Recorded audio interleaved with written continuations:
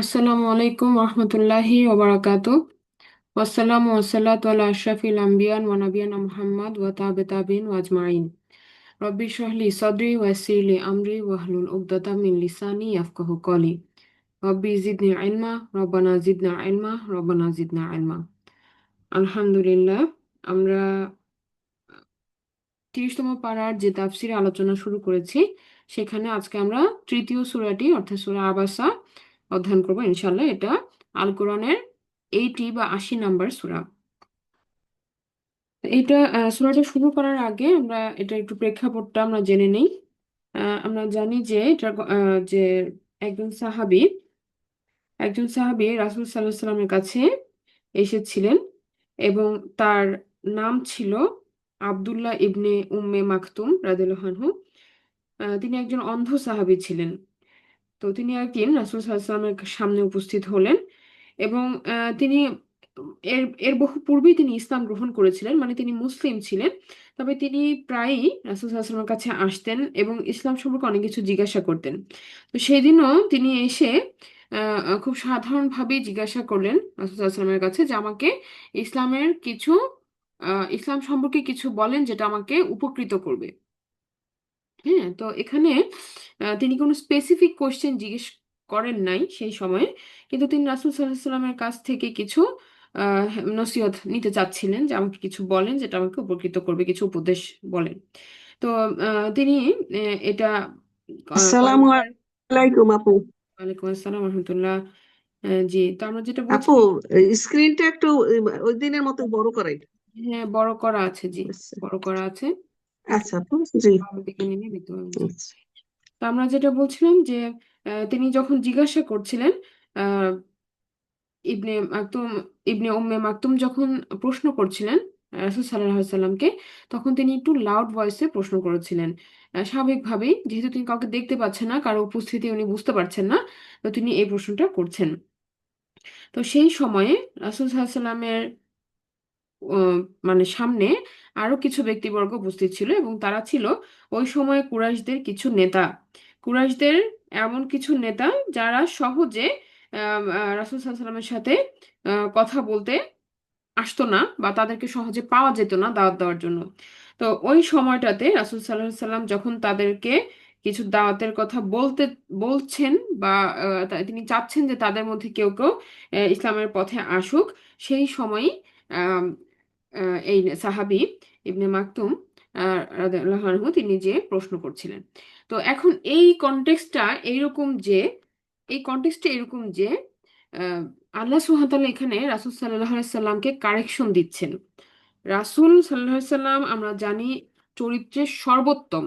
তিনি সব সময় মানুষের সাথে অত্যন্ত সদয় ব্যবহার করতেন এবং এইখানেও যে তিনি এমনি মাকতুমকে রাদিয়াল্লাহু আনহুকে যে কিছু বলেছেন তা নয়, বরং তিনি একটা কনফিউশনের মধ্যে ছিলেন যে এখন তিনি কাকে অ্যাড্রেস করবেন। কারণ ওনার মনে একটা ইচ্ছা ছিল যে এই প্রভাবশালী যে ব্যক্তিবর্গরা কুরাইশদের আছে এদের মধ্য থেকে যদি কেউ ইসলামের পথে আসে তাহলে ইসলাম শক্তিশালী হবে।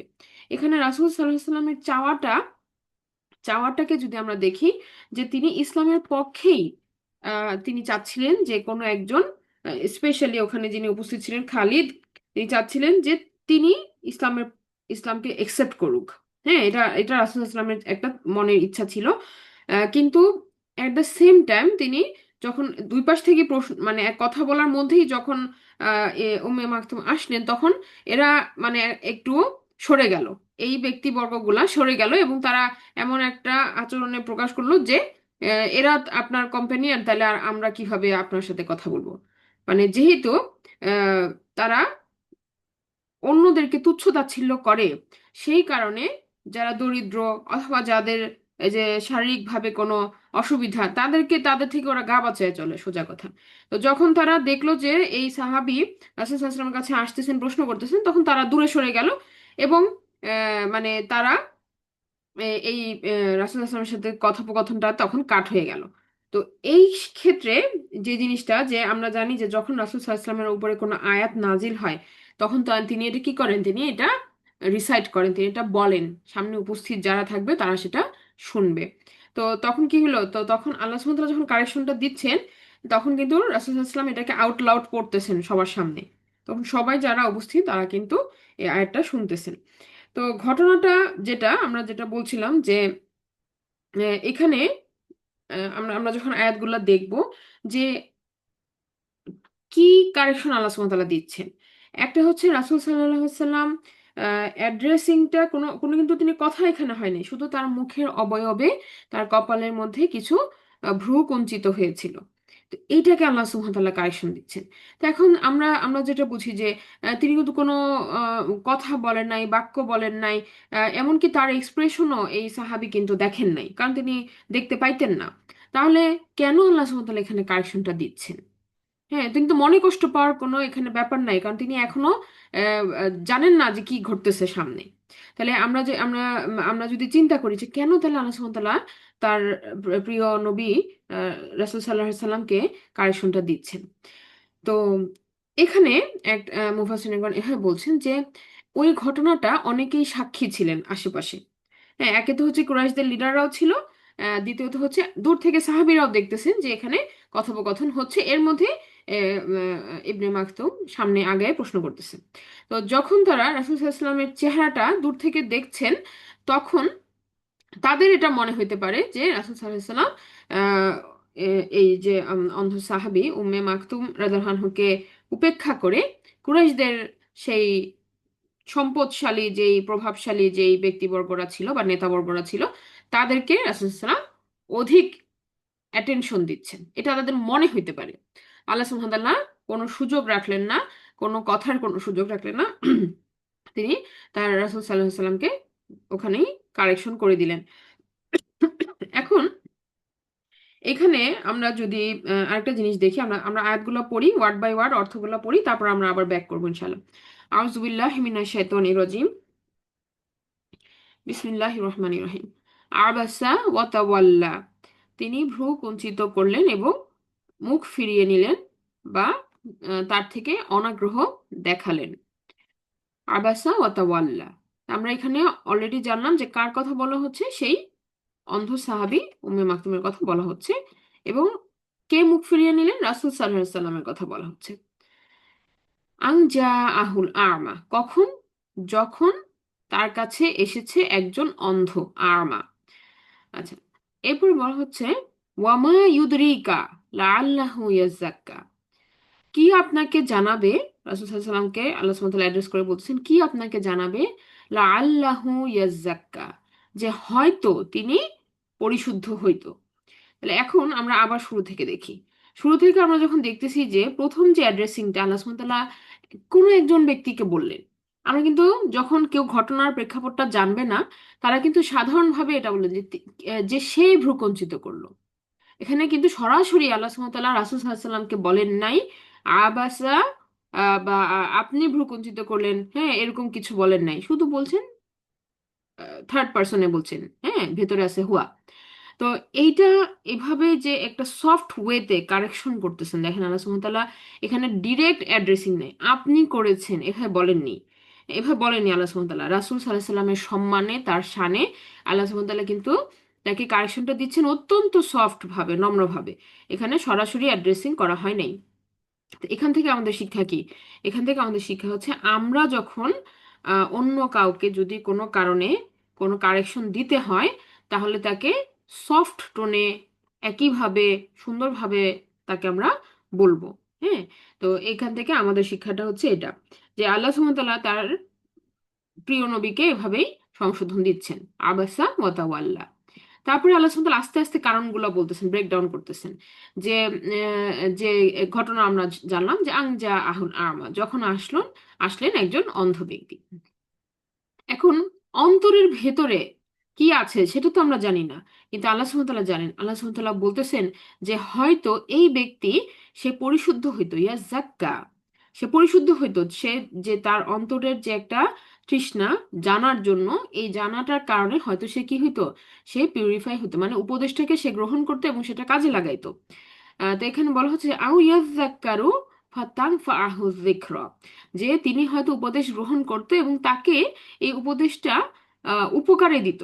ফাতানফাআহু যিকরা, হ্যাঁ, যে রাসূল সাল্লাল্লাহু আলাইহি সাল্লামের কাছে তিনি আসছেন কিভাবে? এখানে দেখেন, এখানে বলা হবে যে আম্মা মানিস্তাগনা, যে আহ, আহ, মানে এই যে উপদেশটা যিনি চাচ্ছেন, মানে যিনি জিজ্ঞাসা করতেছেন প্রশ্ন, তাকে এই উপদেশটা অধিক বেনিফিট দিত। ইয়াজাক্কা, তিনি উপদেশটা গ্রহণ করতেন। ফাতাং ফাআহুয যিকরা, তিনি হয়তো উপদেশটা গ্রহণ করতেন। এরপর বলা হচ্ছে আম্মা মানিস্তাগনা, পক্ষান্তরে যে ইস্তাগনা করলো, বেপরোয়া হইলো। হ্যাঁ, যে তগ শব্দটা আমরা জানি যে সীমা অতিক্রম করা বা নিজেকে স্বয়ংসম্পূর্ণ ভাবা।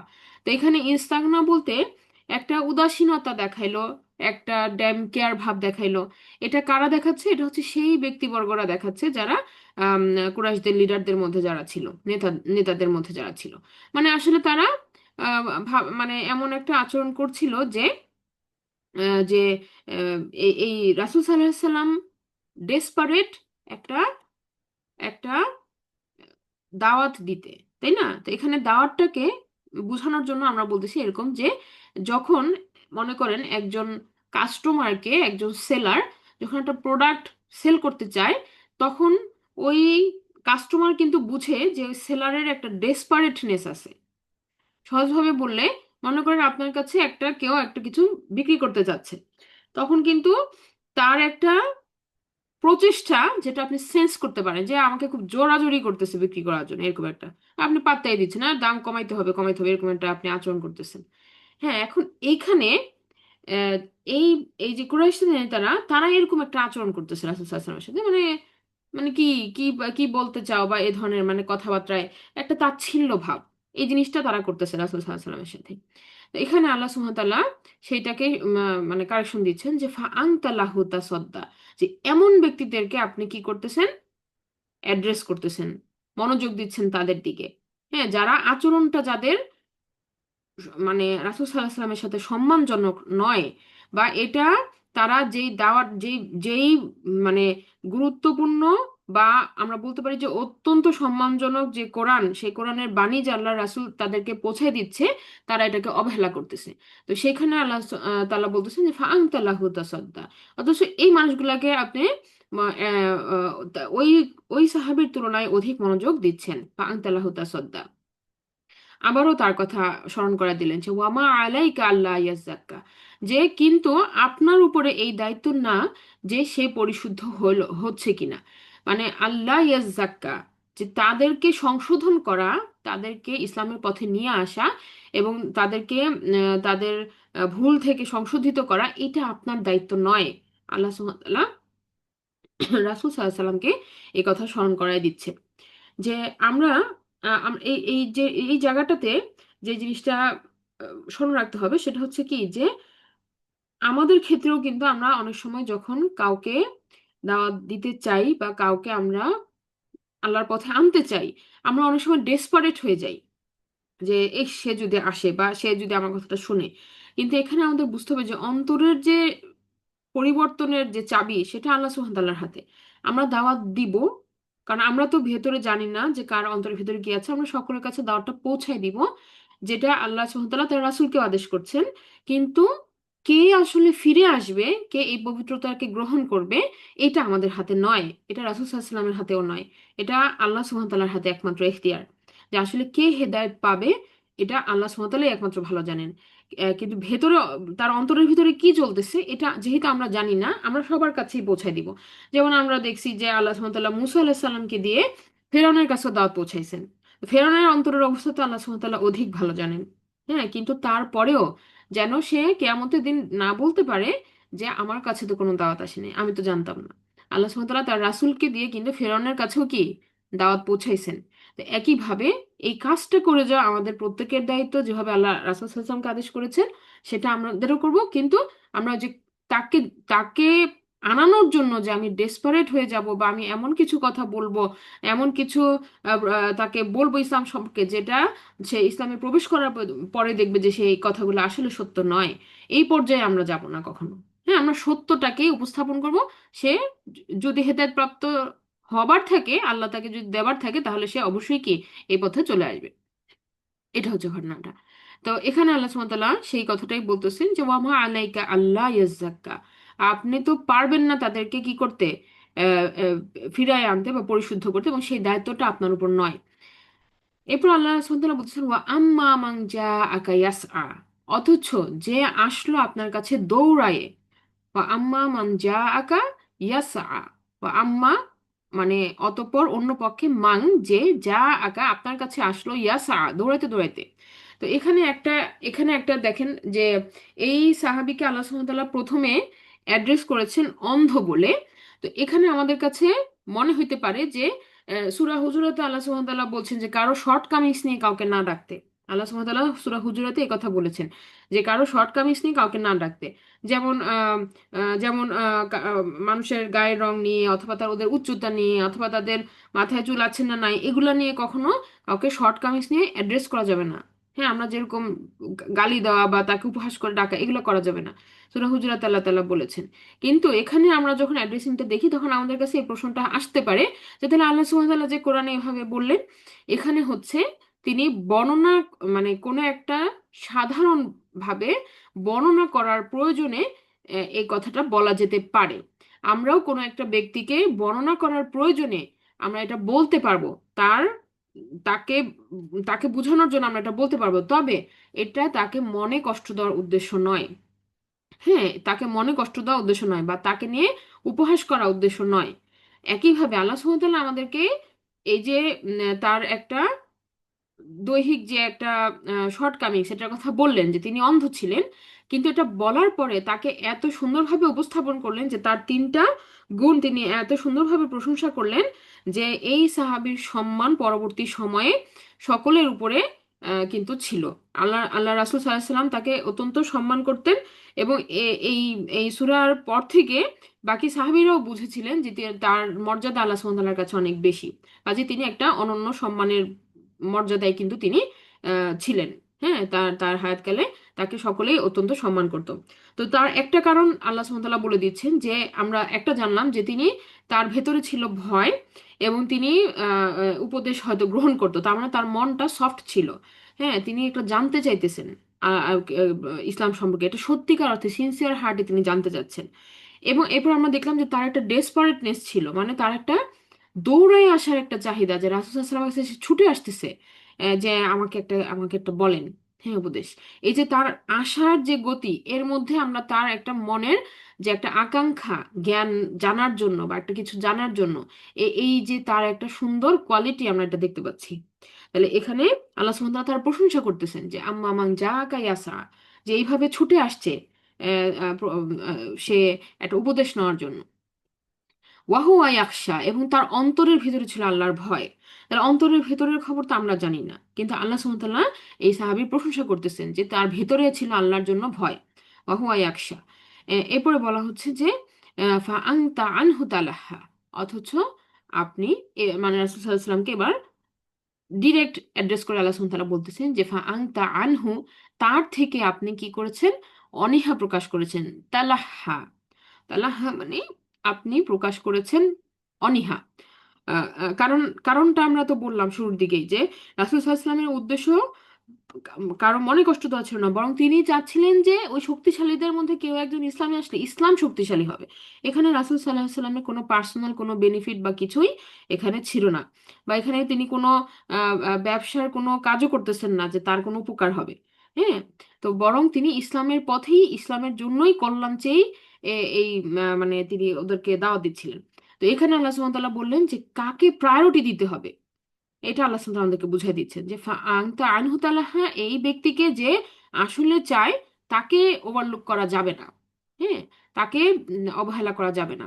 কাল্লা ইন্নাহা তাযকিরা, অবশ্যই এর মধ্যে আছে কি, উপদেশ। তাসকিরা মানে হচ্ছে উপদেশ, যেটা মানুষ চিন্তা করবে এবং অ্যাডভাইস হিসেবে নিবে, এবং কি করবে, তারা এটার উপর রিফ্লেক্ট করবে। তাহলে আমরা দুইটা জিনিস এখন, আল্লাহ সুবহানাহু ওয়া তাআলা যেহেতু বললেন যে এইখানে অবশ্যই আছে উপদেশ, তো আমরা আরেকটু চিন্তা করি যে আমরা এখানে কি কি জিনিস শিক্ষা নিতে পারি।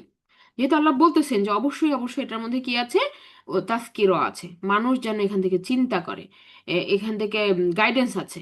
তো আল্লাহ তাআলা তার রাসূলকে যেহেতু সংশোধন দিচ্ছেন, তার মানে এটা আমাদের উপরও অ্যাপ্লাইড। আমাদের কাজের ক্ষেত্রে আমরা এই ব্যাপারটাতে সতর্ক থাকব, যে কি, যে একটা হচ্ছে প্রথম থেকে আমরা যদি বলি যে আল্লাহ সুবহানাহু ওয়া তাআলা কিভাবে রাসূল সাল্লাল্লাহু আলাইহি ওয়াসাল্লামকে সংশোধনটা দিচ্ছেন, প্রথম দুটো আয়াতে খুবই সফট, তারপরে আস্তে আস্তে তিনি ফার্স্ট পার্সনে এসে কথা বললেন। তাহলে একটা হচ্ছে ইনডাইরেক্ট অ্যাড্রেসিং, মানুষকে যখন আমরা সংশোধন দিব তখন অত্যন্ত সফট এবং কেউ যেন মনে কষ্ট না পায় এভাবে দিব। দ্বিতীয়ত হচ্ছে এই সাহাবীর যে প্রশংসা করেছেন আল্লাহ তাআলা, সেখানে আমরা দেখতে পাই যে বাইরে থেকে তিনি অন্ধ কিন্তু তার ভেতরে আছে আল্লাহর ভয়।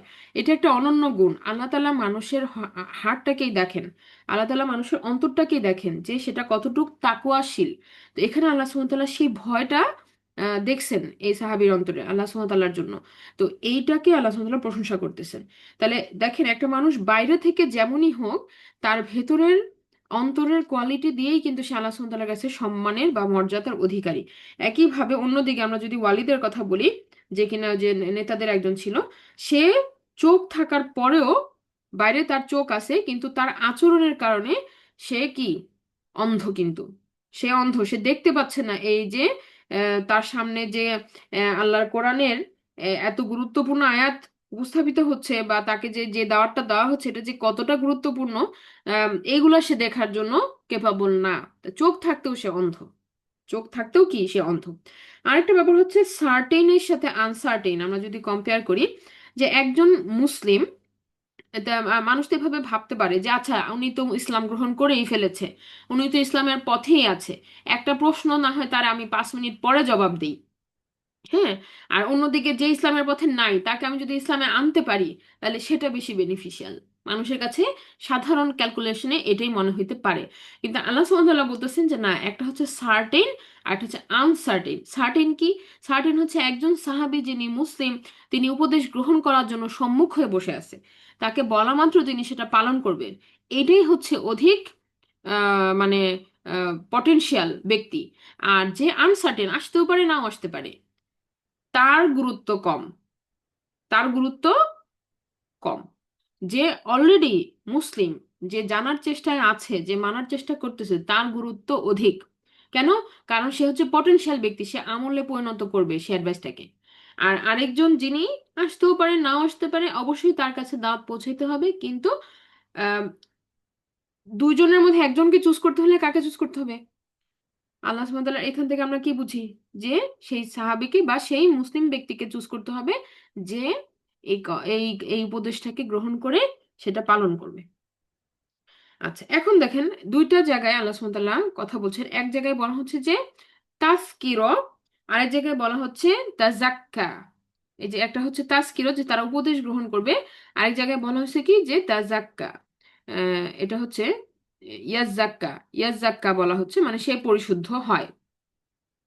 ইজ্জাক্কা হচ্ছে সে পরিশুদ্ধ হয়।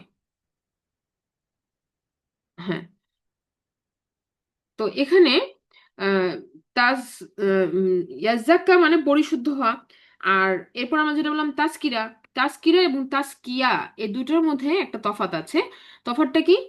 তফাৎটা হচ্ছে এরকম যে তাজকিয়া হচ্ছে অন্তরের পরিশোধন, আর তাজকিরা হচ্ছে আহ তাজকিরা হচ্ছে একটা বেনিফিশিয়াল জ্ঞান যেটা মানুষকে পরিশোধন করবে। তাস্কিরা মানে উপদেশ, সেই উপদেশটা নিয়ে কেউ তাস্কিয়া করতেও পারে আবার নাও করতে পারে। তাহলে তাস্কিয়া মানে হচ্ছে পরিশোধন পর্যন্ত যাওয়া, অন্তরকে পরিবর্তনের দিকে নিয়ে যাওয়া, এটা হচ্ছে তাস্কিয়া, পরিশোধন করা। আর এটা হচ্ছে তাস্কিরা। তো তাস্কিরাটা বেনিফিট দিতেও পারে নাও দিতে পারে, যদি তার ইমান থাকে তাহলে সে অ্যাডভাইসটাকে নিবে এবং পরিবর্তন হবে, আর যদি ইমান না থাকে তাহলে সে পরিবর্তন হবে না। সেই কারণেই এই যে এই উপদেশটা কার জন্য অধিক জরুরি? যার মধ্যে অলরেডি ইমান আছে তার জন্য এটা বেশি বেনিফিশিয়াল, সে এটা অ্যাপ্লাই করবে এবং সে কি করবে, সে নিজেকে সংশোধন করবে।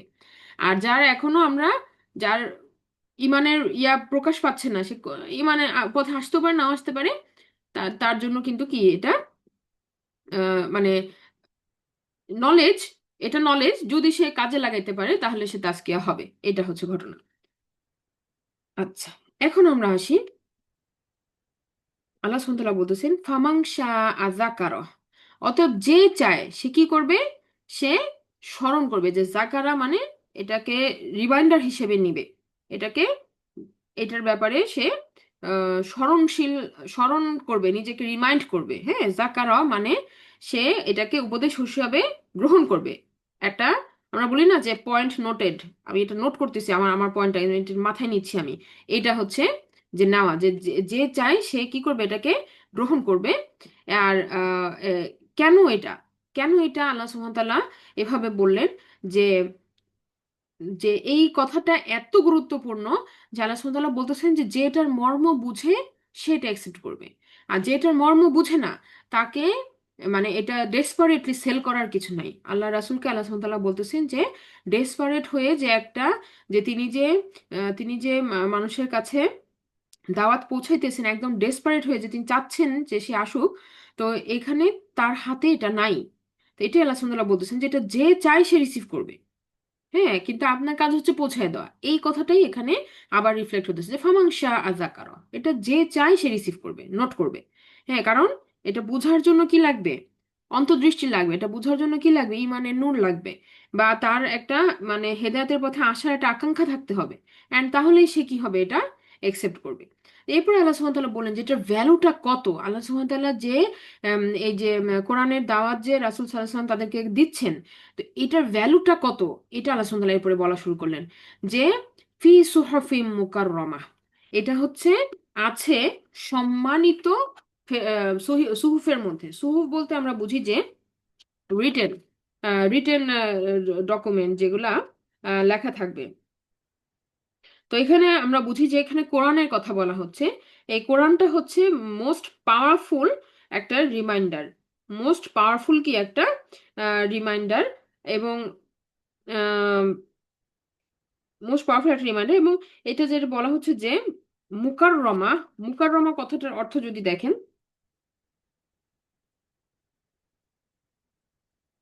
সম্মানিত, কারুমা থেকে আসছে। হ্যাঁ, তার মানে এই যে বইয়ের, যে বইটা লেখা আছে সুহফ, সুহফ, এই সুহুফটা অত্যন্ত সম্মানিত, মানে এটার মর্যাদা অনেক বেশি, এটার মর্যাদা অনেক বেশি। তাহলে আমরা বুঝতেছি যে আমরা আমরা বুঝতেছি যেখানে আল কোরআনের কথাই বলা হচ্ছে, কারণ কোরআনের মর্যাদা অনেক বেশি। এরপরে আল্লাহ সুবহানাহু ওয়া তাআলা বলতেছেন মারফু আতিন মুতাহহার, মারফু আতিন, আবারও এটা সম্মানের কথা বলে, যেটা উচ্চ মর্যাদা সম্পন্ন এবং সেটা পবিত্র, মুতাহহার, উচ্চ মর্যাদা সম্পন্ন এবং পবিত্র। তাহলে এই যে লিখিত যেই কিতাব আল কোরআন, সেটা লাওহে মাহফুজে সংরক্ষিত, এবং এটা হাই মারফুয়াতিন, উচ্চ মর্যাদা সম্পন্ন একটা পবিত্র স্থানে এটা সংরক্ষিত, মুতাহহার। হ্যাঁ, এটা বর্ণনা দিচ্ছেন আল্লাহ সুবহানাহু ওয়া তাআলা। এটার প্রত্যেকটা আয়াত হচ্ছে কিরকম, মুতাহহার, মুতাহহার মানে পবিত্র, নির্মল, বিশুদ্ধ। হ্যাঁ, তার মানে এখানে আমরা যেটা বুঝি যে কোরআনের মানে সাথে কোনো কিছুর কোনো তুলনা নাই, এবং এটার যে আয়াতগুলা, এই আয়াতগুলার কোনো কিছুর সাথে সংমিশ্রণ হয় নাই, একেবারে পিওর ইনটেক্ট অবস্থায় আছে, আল্লাহ সুবহানাহু ওয়া তাআলার দ্বারা সংরক্ষিত অবস্থায় আছে।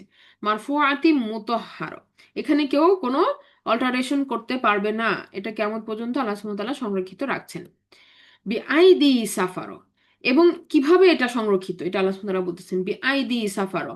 এটা হচ্ছে সেই মানে সাফারো বলতে এখানে বলা হচ্ছে, সাফারও বলতে বলা হচ্ছে যে যারা লিখে, হ্যাঁ, ফেরেশতাদের মধ্যে যারা লেখক, হ্যাঁ, তাদের হাতের দ্বারা, বিআইদিহি, হাত দ্বারা, ইয়াদা থেকে আসছে সংস্পর্শ করা, সাহায্য করা। এই যে সাফারও লেখকদের, সাফারও মানে দূতদের বা লেখকদের, বা তার মানে আমরা যেটা বুঝি যে মালাইকাদের মধ্যে যারা লেখক, সেই লেখকদের কথা এখানে বলা হচ্ছে বিআইদি সাফারও।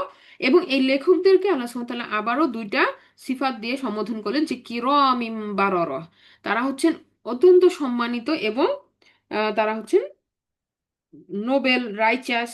হ্যাঁ, যেটা আমরা বুঝতে বুঝতে পারি যে তারা আহ, তারা হচ্ছেন সম্মানিত, কিরমিম, অত্যন্ত সম্মানিত, অভিজাত হওয়া, উন্নত, উচ্চ মানের হওয়া, উদার হওয়া, এই এই অর্থগুলো বহন করে। এবং বারারহ মানে হচ্ছে সততা সম্পন্ন, ন্যায় সম্পন্ন, সৎ হওয়া, সত্যবাদী হওয়া, সহানুভূতিশীল হওয়া।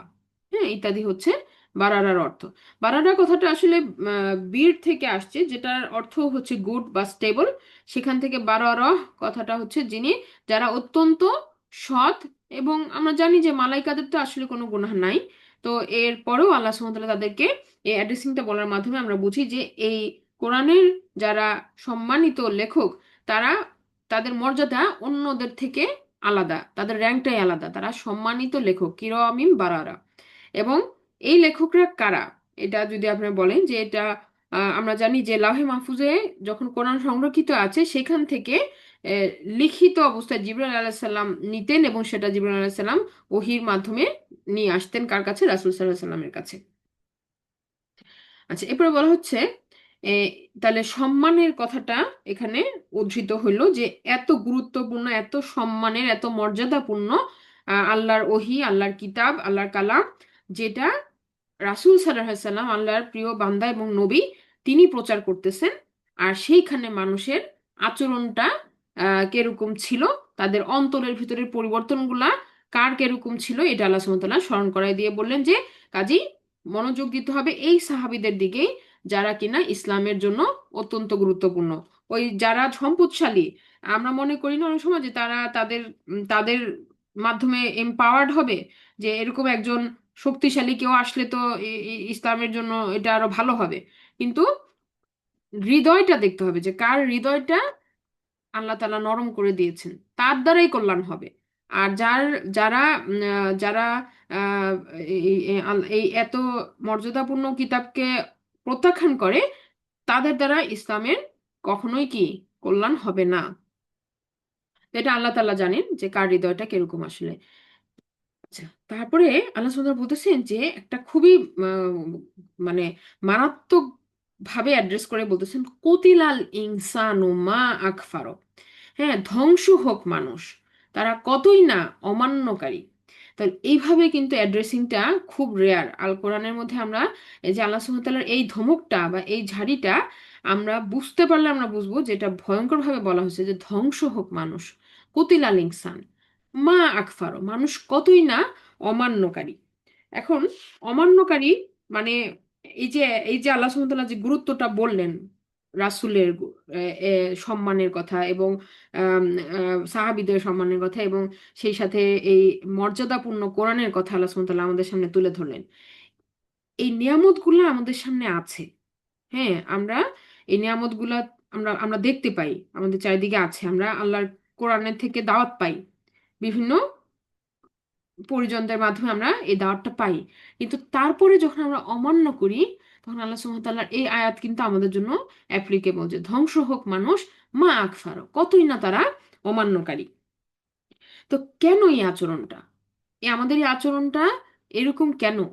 আল্লাহ সুবহানাহু ওয়া তাআলা আমাদেরকে চিন্তা করতে বলতেছেন। হ্যাঁ, যে মিন আইয়ি শাইইন খলাক, যে আমি কোন বস্তু থেকে তাকে সৃষ্টি করেছি। মানে এই যে গর্ব, অহংকার, ওই যে কুরাইশ নেতারা যে ফিরে গেল, হ্যাঁ, যে এই নিচু ব্যক্তিদের সাথে আমরা থাকতে পারবো না।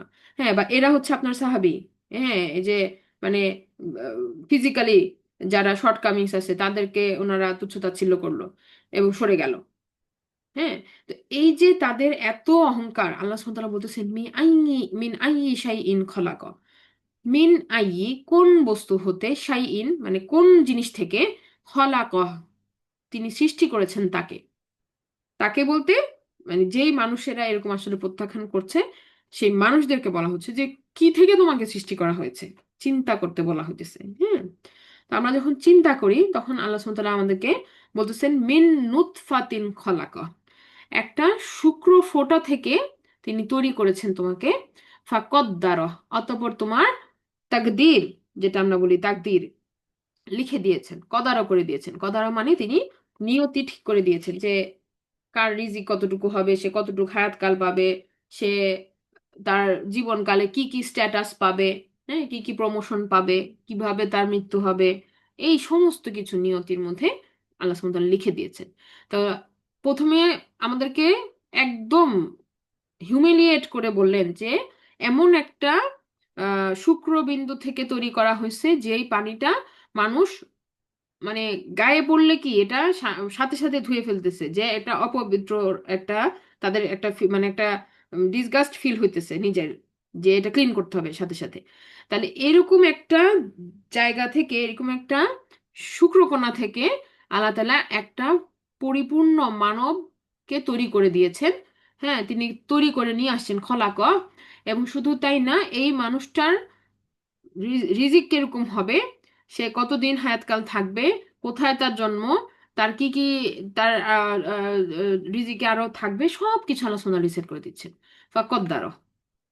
হ্যাঁ, তাহলে আমরা যা কিছু পাইছি, যা কিছু পাইছি, আমরা যে চোখ কান হাত পা ঠিক মতো পাইছি, এটাও আল্লাহ সুবহানাহু ওয়া তাআলার নিয়ামত। হ্যাঁ, আবার যে যেটা পায় নাই সেটাও আল্লাহ সুবহানাহু ওয়া তাআলার তরফ থেকে তাকদীর, আল্লাহ এভাবে দিয়েছেন। হ্যাঁ, কাউকে কারো হয়তো কোনো একটা অঙ্গের ত্রুটিপূর্ণ ভাবে আল্লাহ দিয়েছেন, সেটা আল্লাহ তাআলার কদর। হুম, এটা মেনে নিতে হবে, এটা আল্লাহ তাআলার কদর। কার গায়ের রং কিরকম, এটা আল্লাহ তাআলার কদর। কার হাইট উচ্চতা কতটুকু, এটা আল্লাহ তাআলার কদর। আমরা যে মানুষকে তুচ্ছ তাচ্ছিল্য করব, কি কেন করব? আমরা তো সেটা তৈরি করিনি। আমরা তো নিজেরাও নিজেদেরকে কাস্টমাইজ করতে পারবো না। আমরা তো সেই রিকোয়ারমেন্ট দেই নাই যে আমার এত ইঞ্চি বানাও, আমার এরকম করে বানাও। সে তো আমরা করিনি। কাজে এটা পুরোটাই আল্লাহ সুবহান তাআলার আমরা হচ্ছে সৃষ্টি। কাজে এখানে অন্যকে ছোট করা কোনো প্রশ্নই এখানে আসে না, করা যাবে না। মনে কষ্ট দেওয়া যাবে না, কারণ এটা আল্লাহ তাআলার কদর। এট দ্য সেম টাইম সে কতটুকু রিজিক পাবে, সে রাজা হবে না প্রজা হবে, সে মালিক হবে না দাস হবে, সে তার আচরণটা দুনিয়াতে কতটুকু পর্যন্ত অ্যালাউ করবেন আল্লাহ তাআলা, এই সব কিছু কদর, সবকিছু কদর, এটা আমাদের মেনে নিতে হবে। এরপর আল্লাহ তাআলা বলতেছেন যে সুম্মা সাবিলা ইয়াসসার, আমাকে যে পৃথিবীতে দিলেন, হ্যাঁ ভূমিষ্ঠ হইলাম, এরপরে একটা লাইনে আল্লাহ সুবহানাহু ওয়া তাআলা পুরো লাইফ সাইকেলটাকে টান দিলেন, যে এরপরে তার লাইফে অনেক কিছু হয়েছে। হ্যাঁ, তার জন্ম হওয়া, বড় হওয়া, পড়াশোনা করা, বিয়ে হওয়া, চাকরি হওয়া, বাচ্চা কাচ্চা হওয়া, আবার সে বৃদ্ধ বয়সে চলে গেল, তার একেবারে মৃত্যু স্টেজে চলে গেল। এই পুরো লাইফ সাইকেলটা আল্লাহ তাআলা কি বলেন, সুম্মা সাবিলা ইয়াসসার। সে কি করলেন আল্লাহ তাআলা, এরপরে পথ চলার জন্য সহজ করে দিয়েছেন। আমাকে যে হাত পা দিয়েছেন, বুদ্ধি দিয়েছেন, কান দিয়েছেন, আমি এগুলো দিয়ে কি করছি, আমার পথটা চলছি, আমার লাইফ লিড করছি, আমি জীবিকা অর্জন করছি। আমার লাইফে যে জীবন বিচরণ করে যে আমরা আস্তে আস্তে বৃদ্ধ হয়ে যাচ্ছি, এইটাকে আল্লাহ সুবহানাহু ওয়া তাআলা একটা লাইনে বলে দিলেন যে সুম্মা সাবিলা ইয়াসসারা। তিনি কি করেছেন, লাইফটাকে চলার জন্য তিনি চালিয়েছেন। আমরা আমরা কিন্তু হায়াত পাওয়ার পরে জীবন অতিক্রম করছি আমরা সবাই, সময়ের সাথে সাথে। তো এটা আল্লাহ তাআলা সহজ করছেন। এরপর বলা হচ্ছে সুম্মা আমাতাহু ফা আকবার, এই যে একটানে লাইফের এন্ডে নিয়ে আসার পরে বললেন যে সুম্মা আমাতাহু, অতঃপর তাকে মৃত্যু দেওয়া হবে, মৃত্যু দিবেন তিনি, আমাতাহু আল্লাহ তাআলা দিবেন, ফা আকবার, এবং মৃত্যু দেওয়ার পরে পরক্ষণেই আবার বললেন যে অতঃপর তাকে কবরস্থ করবেন। আকবার মানে মৃত্যু আর কবর, গ্যাপ নাই। মারা যাওয়ার পরে আমরা কি, আমরা কিন্তু আর তাকে বাসায় ফেরত আনি না, সে ঘরের ভিতরে আর ঢুকতে পারে না। হ্যাঁ, দেখা যাচ্ছে যে যে ব্যক্তি যখন মারা যাচ্ছেন তখন তাকেই কিন্তু মৃত্যুর পরপরই কিন্তু কি তার কবরস্থ হয়ে যাচ্ছেন তিনি। আকবারও এই টাইম গ্যাপ কিন্তু খুবই কম। তো এই সাথে সাথে আল্লাহ তাআলা বলেন আকবারও, তাকে কবরস্থ তিনি করেন। এখন এখানে কথা আছে যে আহ, কবরস্থ বলতে এখানে বারজাখের টাইমে সে এন্টার করতেছে। মরে যাওয়ার পরে সে কই যাচ্ছে, সে বারজাখের মধ্যে ঢুকে গেল। এখন কারো যদি নিয়ম অনুযায়ী কবরস্থ না হয় তাহলে কি হবে? কেউ যদি তাকে বাঘে খেয়ে ফেলে বনে জঙ্গলে, তাই তো তার বডিটা ডিফর্ম হয়েছে, হ্যাঁ পানিতে ডুবে গেছে বা মাছ খেয়ে ফেলছে। যে এই যে তার তার যে যেই স্টেজেই তার অবস্থাটা থাকুক না কেন, সে বারজাখের অবস্থানে আছে। তো এইটাই কবরস্থ, সেটা হোক মাটি দ্বারা কবরস্থ অথবা তার লাইফ এন্ড হয়েছে। এটা হচ্ছে তার তার যে সে যেই অবস্থাতেই থাকুক না কেন, যেখানেই তার অণু পরমাণুগুলা থাকুক না কেন, থুম্মা ইজা শাআ আনশারা, আল্লাহ যখন চাইবেন তখন কি হবে, তাকে পুনর্জীবিত করা হবে, এবং সেটা একটা শটে হবে, একটা আল্লাহ হও বলবেন হয়ে যাবে। হ্যাঁ, সুম্মা ইজা শাআ আনশারা, তাকে পুনরায় তিনি জীবিত করবেন, তিনি দাঁড়াবে। সে সে যদি কবরে মাটিতে থাকে মাটি থেকে উঠবে, সে যদি পানিতে পড়ে থাকে তাহলে ওখান থেকে আল্লাহ তাআলা তার অনুপরমাণুকে রিফর্ম করে কি করবেন, আবার রিজেনারেট করবেন তার বডিটাকে। যদি মানে যেই যেই ফর্মেই থাকুক না কেন, আমরা অনেক সময় দেখি না এখন এআই এর অনেক কন্টেন্ট আমরা দেখি না যে ঝুরঝুর করে পড়ে গেল, আবার আবার সবগুলো জোড়া লেগে দাঁড়ায় গেল। এইভাবে আল্লাহ তাআলা একদম অনুপরমাণুকে পর্যন্ত ডাক দিয়ে এক জায়গায় করে ফেলবেন। এটা আল্লাহর ক্ষমতা, আল্লাহ এটা করবেন। হ্যাঁ, এটা তিনি করতে সম্পূর্ণরূপে সক্ষম। সুম্মা ইজা শাআ আনশারা, তিনি পুনর্জীবিত করবেন। হ্যাঁ, একইভাবে রিফর্ম করবেন। কাল্লা লাম্মা ইয়াকদি মা আমারো, এরপর আল্লাহ সুবহানাহু ওয়া তাআলা বলতেছেন যে কখনো না, লাম্মা ইয়াকদিমা আমারও, তাকে যেই কাজটা করতে বলা হয়েছে, তাকে যেই কাজের আদেশ করা হয়েছে, সে সেটা পালন করেনি। তো কি কাজের আদেশ করা হয়েছে আমাদেরকে? আমাদেরকে আল্লাহ তাআলা কি কাজের আদেশ করেছেন? তার দ্বীনের পথে থাকতে, তাই তো। রাসূল সাল্লাল্লাহু আলাইহি সাল্লামের দেখানো যে পথ, সেই পথে থাকতে, তার তার আহ এই কি যেন কিতাবের পথে থাকতে। তো আমরা সেগুলা কি করতেছি? আমরা সেগুলা পালন করছি না। আল্লাহ বলতেছেন যে যা তাকে করতে বলা হয়েছে সে সেটা করেনি, সে আদেশ মানে নাই। আদেশ মানে নাই। দেখেন, আমরা একদিকে আল্লাহ সুবহানাহু ওয়া তাআলাকে রব বলতেছি, আবার আমি তাহলে কি দাস, কিন্তু আমি দাস হয়েও আমি আমার রবের কি করতেছি? আদেশকে অমান্য করেই যাচ্ছি, করেই যাচ্ছি, করে যাচ্ছি প্রতি মুহূর্তে। আল্লাহ সেই কথাটি আমাদেরকে স্মরণ করে দিচ্ছেন যে কাল্লা লাম্মা ইয়াকদিমা আমারও, হ্যাঁ, যে কখনো না, সে আদেশ পালন করে নাই। হ্যাঁ, তো রব যদি এই এই কথা আমাদের জন্য লিখে দেন যে আদেশ পালন করে নাই। দেখেন, মনে করেন যে আপনি সিম্পল ভাবে চিন্তা করেন, আপনার একটা মেইড আছে, আপনার একটা হেল্পিং হ্যান্ড আছে, হ্যাঁ, সাহায্যকারী। সেই সাহায্যকারী যদি আপনার আদেশ না মানে, তাহলে আপনি তার সাথে কি আচরণটা করেন? আর সেখানে আমাদের, ওটা তো সাহায্যকারী, ওটা পেমেন্টের বিনিময়ে, তাই না? আর এখানে তো কি, আমাদের রব, রব আর দাস বানাইছেন আমাদেরকে, পুরো আমাদেরকে, আমাদের তাকদীর লিখছেন, আমাদেরকে বানাইছেন, আমাদেরকে হাজার কোটি নিয়ামত দিছেন। এই সব কিছুর পরেও আমরা কি করতেছি? ভায়োলেট করতেছি, তার আদেশ অমান্য করতেছি। এইটা স্মরণ করে দিচ্ছেন না যে কখনো না, সে আমাদের আদেশ পালন করে নাই। হ্যাঁ, সেটা যথাযথ পালন করে নাই।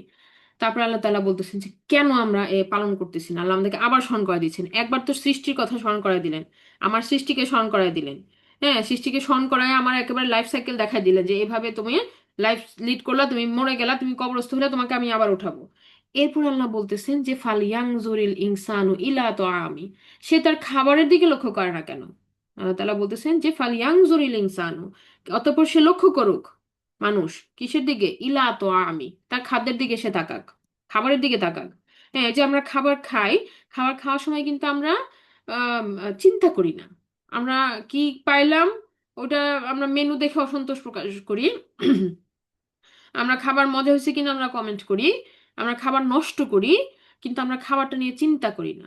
আল্লাহ বলতেছেন চিন্তা করো। হ্যাঁ, ফাল ইয়ানজুরিল ইনসানু ইলা তাআমি, তোমার সামনে যে খাবারটা আসে, এই খাবারটা নিয়ে তুমি চিন্তা করো। আন্না সবাবনাল মা আসব্বা, নিশ্চয়ই আমরা বর্ষণ করেছি পানি। হ্যাঁ, প্রচুর পানি, প্রচুর পানি মানে এনাফ অ্যামাউন্টে আল্লাহ সুবহানাহু ওয়া তাআলা আকাশ থেকে বৃষ্টি বর্ষণ করেন যেন জমিনটা নরম হয়, এবং এখানে যে ফসলগুলা সেগুলা ফলতে পারে। তো বৃষ্টি বর্ষণটা ছাড়া, বৃষ্টি বর্ষণ ছাড়া, পানি পানি ছাড়া কৃষকের অবস্থা কি হবে, সেটা একমাত্র কৃষকই বুঝে। হ্যাঁ, যে একটা কৃষক, সে যতই তার আর্টিফিশিয়াল ওয়াটার সিস্টেম থাকুক না কেন, আল্লাহর দেওয়া বৃষ্টির পানিটা যে কতটা বেনিফিশিয়াল, এটা সে মানে জানে, যে এটার জন্য তার অপেক্ষা করে। আন্না সবাবনাল মা সব্বা, হ্যাঁ, বৃষ্টি দেওয়া হয়, এর যথেষ্ট পরিমাণে বৃষ্টি দেওয়া হয়। সুম্মা শাকক না আল আরদ শাক্ক, যে অতঃপর আমরা বিদীর্ণ করি, শাকক না মানে মাটিটাকে সফট করার পরে সেই মাটি ভেদ করে বিদীর্ণ করে কে আসে? আল্লাহ তাআলা বিদীর্ণ করেন, এটা বলা হয়েছে মানে রেইন ড্রপসটা যখন, পানির ফোঁটাটা যখন উপর থেকে পড়ে, তখন সেটা মাটিটাকে খুব জোরে আঘাত করে। হ্যাঁ, এর ফলে মাটির মধ্যে কি হচ্ছে? পানিটা তো যাচ্ছেই, এবং মাটিটা সফট হচ্ছে, এবং সেখানে গ্যাপ মানে তৈরি হচ্ছে, পানি পানির নিচে চলে যাওয়ার মাধ্যমে এখানে পোরও তৈরি হচ্ছে। হ্যাঁ, যেটাকে আমরা ক্যাপিলারি ওয়াটার বলি। হ্যাঁ, কৈশিক পানি যেটা, এগুলো তৈরি হইতেছে। তাহলে সুম্মা শাক্কাকনাল আরদ শাক্ক, আল্লাহ বলতেছেন যে আমরা মাটিকে বিদীর্ণ করি এরপরে, এবং এখানে আম্বাথনা ফিহা হাব্বা, এবং এই যে মাটির মধ্যে যে যে এই রেশন হইলো বা বায়ু সঞ্চালনের পথ তৈরি হইলো, এর ফলে আল্লাহ কি করতেছেন? ফাআম্বাতনা ফিহা হাব্বা, আমরা উৎপন্ন করছি সেখান থেকে শস্য। হাব্বা, হাব্বা হচ্ছে এমন শস্য যেটা আমাদের প্রাইমারি নিড, আমাদের যেটা প্রাথমিক চাহিদাগুলো পূরণ করে এমন শস্য। হ্যাঁ, শস্য দানা যেটা আমরা বুঝি, ধান, ডাল, এগুলা। হ্যাঁ, শস্য দানা। এরপরে এরপর আল্লাহ তাআলা আরো বলতেছেন ওয়া ইনাবা ওয়া কদবা, এবং সেই সাথে তিনি আমাদেরকে দিয়ে থাকেন কি? আঙ্গুর এবং শাকসবজি। হ্যাঁ, শস্যদানা তো আছেই, সেই সাথে কি আমাদের জন্য একটা দিচ্ছেন কি সুইট, ইনাবা, আঙ্গুর মিষ্টি, এক্সপেন্সিভ। আমরা এর আগের সূরাতে বলতেছিলাম যে এটা একটা দামি ফল। হ্যাঁ, এটা একটা লাক্সারি বুঝায়, এবং এটা একটা গ্রুপ অফ পিপলই শুধু কনজিউম করতে পারে যাদের পয়সা আছে। তো এখানে আল্লাহ তাআলা মাল্টিপল জিনিস চিন্তা আমাদের মাথায় নিয়ে আসতেছেন, যে শুধু শস্য দিচ্ছেন সবার জন্য, তারপরে একটা গ্রুপের জন্য দিচ্ছেন আইনাবা, আরেকটা, আর সবার জন্য কি দিচ্ছেন, আবার দিচ্ছেন কদবা। কদবা তাহলে একটা সুইট দিচ্ছেন, আবার কি কদবা হচ্ছে শাকসবজি যেগুলো আমরা ঝাল আইটেম বুঝি। হ্যাঁ, আল্লাহ তাআলা এই যে ভ্যারিয়েশন দিচ্ছেন আমাদের জন্য, যেন আমরা খাবারের মানে পরিপূর্ণ আনন্দ আমরা যেন পাই। ওয়াইনা বা ওয়া কতবা। এরপরে একটা হচ্ছে দামি, একটা হচ্ছে কম দামি। আমরা যদি এভাবে চিন্তা করি যে একটা সবাই খেতে পারে, আরেকটা এফোর্ট যারা করতে পারবে তারা খেতে পারবে। ইনাবা ওয়া কতবা। এরপরে বলা হচ্ছে কি ওয়া জাইতুন ওয়া নাখলা, এবং জাইতুন অত্যন্ত উত্তম কি যে তেল। হ্যাঁ, সেটার অনেক প্রপার্টি আছে, মেডিকেল প্রপার্টি আছে, আরো অনেক বৈশিষ্ট্য আছে, জাইতুনের গুণাবলী আছে। তো এরকম উত্তম একটা তেল, এবং সেই সাথে কি ওয়ানাখলা, এবং পুরা গাছটা, পুরা যে খেজুরের গাছ, হ্যাঁ সেটার মধ্যে অনেক গাছের প্রত্যেকটা মানে পার্টকেই কিন্তু কাজে লাগানো হয় ওয়ানাখলা। তো এই যে দুই রকম আরো আমাদেরকে নিয়ামতের কথা স্মরণ করা দিলেন। এরপর বলা হচ্ছে ওয়াহাদায়েক গুলবা, এবং বাগান সমূহ, এবং তার সাথে গুলবা হচ্ছে ঘন গাছপালা বিশিষ্ট, যে উম, অতিরিক্ত ঘন গাছপালা বিশিষ্ট যে জায়গাগুলা, বাগান, ঘন সন্নিবেশিত বাগান সমূহ। তো এখানে এই বাগানের কথা কেন বললেন? এটা হচ্ছে কি আমাদের যে ন্যাচারাল যে বিউটি, গ্রিনারি, এটাও কি আমাদের শুধু শুধু যে পেটেই ভরতেছে তা না, আমাদের চোখ জুড়াচ্ছে, আমাদের মনটা প্রশান্ত হচ্ছে, সবকিছুকে আল্লাহ সুবহানাহু ওয়া তাআলা টেক কেয়ার করতেছেন। তো এরপরে বলা হচ্ছে ওয়া ফাকিহাতাম ওয়া আব্বা, এবং এই যে এই ফরেস্ট, যে বাগানের বা জঙ্গল বা যেটার কথা আল্লাহ বলতেছেন যে ঘন সবুজ বাগান সমূহ, এখান থেকে আমরা উৎপাদন পাচ্ছি কি নানা রকমের ফল। ফাকিহাতাও ওয়া আব্বা, এবং শুধু আমরাই যে খাচ্ছি তা না, এটা আমাদের গবাদি যে পশু পাখি তারাও কিন্তু এখান থেকে কি খাবার খাচ্ছে। ফাকিহাতা ওয়া আব্বা। হ্যাঁ, যে এই ফলগুলা এত সুস্বাদু, বিভিন্ন স্বাদের ফল, বিভিন্ন রঙের ফল আল্লাহ তাআলা আমাদেরকে দিয়েছেন, যে এটা আমাদের মুখে কি একটা হাসি ফুটায়। হ্যাঁ, একটা ভালো কোয়ালিটির আপেল বা একটা ভালো কোয়ালিটির যে কোনো ফল যখন আপনার সামনে আসে, উপস্থাপিত হয়, আমরা কিন্তু দেখলে একটু আনন্দ ফিল করি। হ্যাঁ, এবং সেটা কি আমরা খেয়েও তৃপ্তি ভোগ করি। তো এইটা আল্লাহ সুবহানাহু ওয়া তাআলা আমাদেরকে সেই নিয়ামতগুলোর কথা স্মরণ করে দিচ্ছেন, যে এত কিছু আমাদেরকে দিয়ে রাখছেন। এরপরেও বলতেছেন মাতা আল্লাকুম ওয়ালিয়ানা আমিকুম, এগুলো তো ভোগ সামগ্রী, তো আমরা তো আমাদের তো খাবার জন্যই দিয়েছেন, এগুলো তো আমাদের জন্য হালাল, খাবার জন্যই দিয়েছেন। মাতা আল্লাকুম, তোমাদের ভোগের জন্য, তোমাদের খাবারের জন্য, তোমাদের জীবনে বাঁচার জন্য। ওয়ালিয়ানা আমিকুম, এবং তোমাদের পশু পাখিদেরও। শুধু যে আমাদেরকেই তা না, আমাদের জন্তু জানোয়ারগুলোকে আল্লাহ তাআলা সার্ভাইভ করাইতেছেন। এবং এই দুটো পাশাপাশি বলার মাধ্যমে আল্লাহ তাআলা বলতেছেন যে আমরা কতটা ইনকেপাবল, আমরা তো কোনো কিছুই আমরা করতে পারি না। আল্লাহ আমাদেরকে বানাইছেন, আমাদের জন্য এত কিছু দিচ্ছেন, আমাদেরকে খাওয়াইতেছেন সারাক্ষণ, শুধু আমাদেরই না আমাদের পশু পাখিদেরও খাওয়াইতেছেন। এরপরে আল্লাহ সুবহানাহু ওয়া তাআলা বলতেছেন মানে আমরা কেন তাহলে আল্লাহর অবাধ্য? এই প্রশ্নটা ব্যাকগ্রাউন্ডে করেই কিন্তু আল্লাহ তাআলা এই নিয়ামতের কথাগুলা স্মরণ করায় দিচ্ছেন। এরপরে বলা হচ্ছে যে এই যে এত এত কিছু আমাদেরকে দিয়েছেন, হ্যাঁ এত এত নিয়ামত, এরপরে আল্লাহ তাআলা আমাদের রিমাইন্ডার দিচ্ছেন ফাইদা জাআতি সখ, অতঃপর যখন আসবে কর্ণ বিদারক ধ্বনি, এমন সাউন্ড যেটা কি মানে সেই সেই সাউন্ডে আমরা আমরা জানি যে অজ্ঞান হয়ে যাব বা মৃত্যু আমাদের চলে আসবে, যেটা সিংহায় ফুৎকার। হ্যাঁ, একদম কিয়ামতের সময় যেটা হবে। তো এখন একটা ব্যাপারে আসেন, এই আমরা যদি একটু আবার ব্যাকে যে চিন্তা করি, যে পূর্ববর্তী সূরাটা মানে সূরা নাজিয়াতে আমরা দেখেছিলাম যে ফেরাউনের কথা আল্লাহ তাআলা সেখানে আম, স্মরণ করায় দিচ্ছেন আমাদেরকে, যে মুসা আলাহিসাল্লাম ফেরাউনকে দাওয়াত দিচ্ছে। ফেরাউনের আচরণটা কি ছিল? সে কিন্তু দম্ভ ভরে করেছিল, ফিরে গেছিল। হ্যাঁ, এরপরে সে তাকে আল্লাহ তাআলা পাকড়াও করলেন কি দিয়ে? পানি দিয়ে। আর তারপরে সেখানে আল্লাহ সুবহানাহু ওয়া তাআলা বলতেছিলেন কি যে ফাইজা যা আতু তম্মাতুল কুবরা। হ্যাঁ, তাহলে প্লাবন, মহাপ্লাবনের সেই আযাবটার কথা কিন্তু আল্লাহ তাআলা স্মরণ করায় দিছেন সেই সূরাতে। আর এখানে আমরা দেখি যে আল্লাহ সুবহানাহু ওয়া তাআলা বলতেছেন যে মানুষকে দাওয়াত দেওয়া হচ্ছে, কিন্তু মানুষ মুখ ফিরে, মানে মানুষ কি করতেছে? মানুষ এটাকে অ্যাভয়েড করতেছে। হ্যাঁ, সেই দাওয়াতকে প্রত্যাখ্যান করতেছে। তাহলে এখানে সাউন্ডের কথা যে যখন কোরআন নাজিল হচ্ছে ওহী, তখন কিন্তু সেটা লিখিত না, সেটা অডিও, সেটা রাসূল সাল্লাল্লাহু আলাইহি ওয়াসাল্লামের মুখ নিঃসৃত, মানুষ সেটা শুনতে পাচ্ছে। তো সেই সাউন্ডটা তারা শুনে কি করতেছে, তারা সেটা রিফিউজ করতেছে, রাসূল সাল্লাল্লাহু আলাইহি ওয়াসাল্লামকে রিফিউট করতেছে।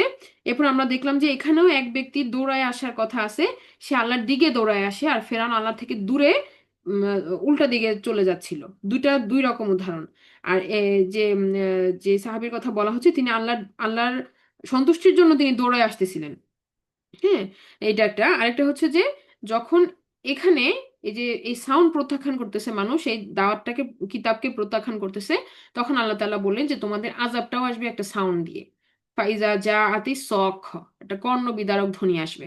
হ্যাঁ, যেহেতু ফার্স্ট রেভিলেশন হচ্ছে, আমরা অডিও জানি, কোরআন অডিওই। এখন আমরা যেগুলা দেখি এগুলা মুসহাফ, কিন্তু অরিজিনাল কিতাব যেটা লিখিত এখানে কোরআনে সূরা আবাসাতে যেটা বর্ণিত হয়েছে যে আপনার যে বলে যে বিআইদি সাফার কিরামিম বারার, হ্যাঁ, এই যে কথাগুলো বলা হচ্ছে, যে লিখিত যেটা বা যে লেখকদের কথা বলা হচ্ছে, সেটা লাউহে মাহফুজের কথা বলা হচ্ছে। হ্যাঁ, সেখানে যেটা সংরক্ষিত আছে। তো তো এই সাউন্ডকে যারা প্রত্যাখ্যান করবে তাদের কথা বলা হচ্ছে যে ফাইদা যা আতি সখ, এবং এটা সবার জন্যই জেনারেল, যে যখন সিংগায় ফুৎকারটা হবে, কারণ আমরা তো আর ফেরাউনের ওই আযাবটা তো আর আমরা দেখতে পাচ্ছি না, যে প্লাবিত হচ্ছে যখন। হ্যাঁ, কিন্তু আমরা এইটা বুঝতে পারতেছি যে সিংগায় ফুৎকার দিলে তখন কিয়ামতের যে দিনটা সেটা শুরু হয়ে গেল। হ্যাঁ, মানুষের মৃত্যুর মাধ্যমে। তো এটার পরে আল্লাহ বলতেছেন যে কিয়ামত দিনের ভয়াবহতাটা কিরকম হবে। ইয়াউমা ইয়াফিরুল মারউ মিন আখি, সেদিন মানুষ পালাবে তার ভাইয়ের কাছ থেকে। মানুষ পালাবে তার ভাইয়ের কাছ থেকে। তো ভাইয়ের কথাটা প্রথমে আসছে কেন? কারণ মানুষ একটা সার্কেল থেকে আমরা দেখি যে তাদের, মানে মানুষের একটা সার্কেল থাকে একদম। ঘর থেকে বাইর হইলে মানুষ কই যাচ্ছে? মানুষ কিন্তু তার বন্ধুদের সাথে কথা বলতেছে বা তার কাজিনদের সাথে আড্ডা দিচ্ছে, এটা হচ্ছে একদম বাইরের আউটার সার্কেল। তো সেইখান থেকে সে পালাবে সেদিন, কোনো এরকম পরিচিত ভাই ব্রাদার্সকে দেখলে সে সেদিন পালাই যাবে, যে এর কাছে দেওয়া যাবে না, এর সাথে কথা বলা যাবে না। হ্যাঁ, তারপরে আল্লাহ তাআলা বলতেছেন যে মানুষ আরো কি করবে, ওয়া উম্মিহি ওয়া আবি। তারপরে যদি আমরা আরেকটু দেখি যে ভেতরের দিকে, তার ক্লোজ হচ্ছে তার মা বাবা। হ্যাঁ, মা বাবা। তো মা বাবার থেকেও সে সেদিন পালাবে, মা বাবার থেকেও সে সেদিন পালাবে।